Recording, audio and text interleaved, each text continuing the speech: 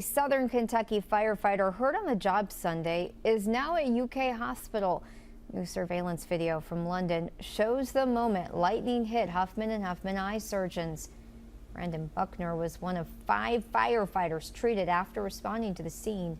WKYT's Phil Pendleton spoke to firefighters pulling for their comrade. He has our top story at noon.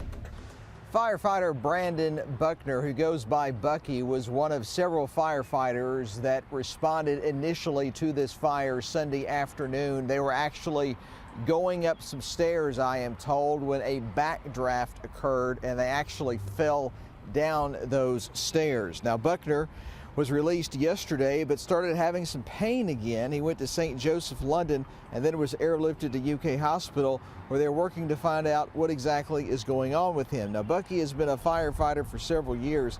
Captain Brandon Wager says he always gives 110% to whatever he does. He's been a great addition to our department. He has been more achieving to, hey, what can I do more? What can I do for my community? So he's been really active. Now, the fire here Sunday is believed to have been caused by a lightning strike. Surveillance video from several surrounding buildings show that strike, and not long after that, the roof started smoking. Now, people at the eye surgeon's office Sunday told me that they believe the building will likely be a total loss and they will have to tear down this building and build again. But in the meantime, they say they have been able to continue some of their eye surgeries at another location here in London at a women's health care center.